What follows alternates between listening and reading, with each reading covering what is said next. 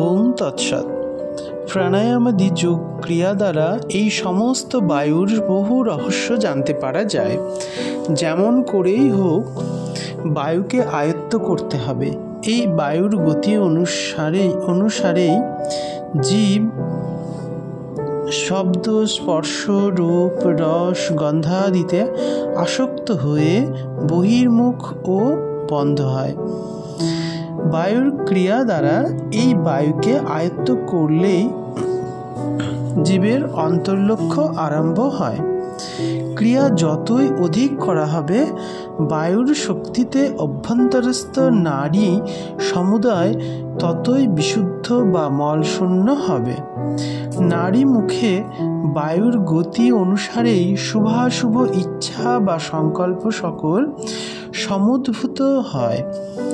নাড়ী যত শুদ্ধ হবে, ততই মনের গতি প্রবাহ শুদ্ধ ও নির্মল হতে থাকবে।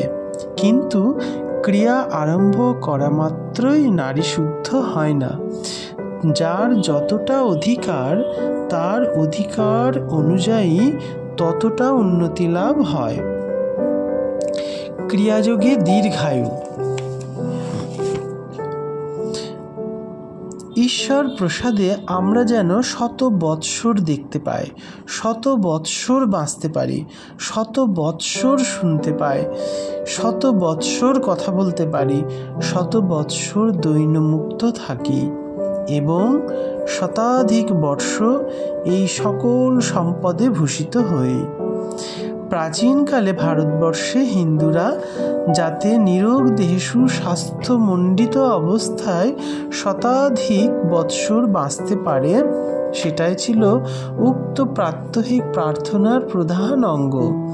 কিন্তু আধুনিককালে মানুষ এবং গৃহপালিত জীবজন্তুদের অসংযত জীবনযাপন, অপরিমিত আহার, ভেজাল খাদ্য, কর্মচাঞ্চল্য, উদ্বেগ, দুশ্চিন্তা প্রভৃতি নানা কারণে জীব স্বল্পায়ু জীবন লাভ করেছে।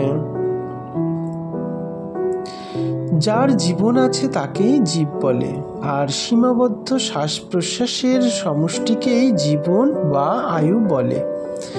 অন্যভাবে বলা যায়, প্রত্যেক প্রাণীর শরীরের মধ্যে আত্মা ও মনের যেটি যোজক, সেটিকেই আয়ু বলে। আয়ুকে আবার দুভাগে ভাগ করা যায়, হিতায়ু ও অহিতায়ু। যখন কোনো বিচ্ছেদক দ্রব্য আত্মা, মন ও দেহকে কষ্ট দেয়, সেইটাই অহিতায়ু। আবার যখন সেটা স্বাভাবিক অবস্থায় চলতে থাকে, তখন তাকে হিতায়ু বলে।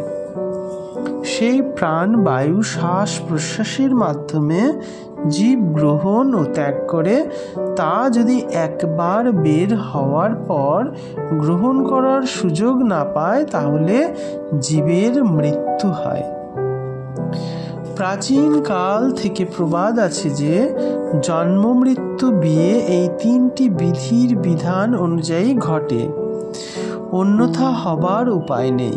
কিন্তু আধুনিক যুগে আমরা দেখতে পাচ্ছি যে জন্ম প্রায় অধিকাংশই মানুষের হাতে।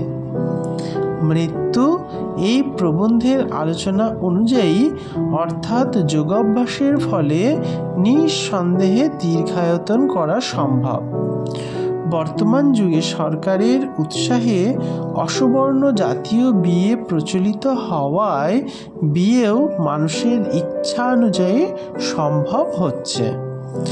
প্রবল পুরুষাকার বা যোগাভ্যাস দ্বারা বিধির বিধানকেও লঙ্ঘন করে দৈবকে পুরো না হলেও আংশিক অতিক্রম করা সম্ভব হয়। নিজ নিজ উদ্যম দেখলে ভগবানও সাহায্য করার জন্য দ্রুত এগিয়ে আসেন।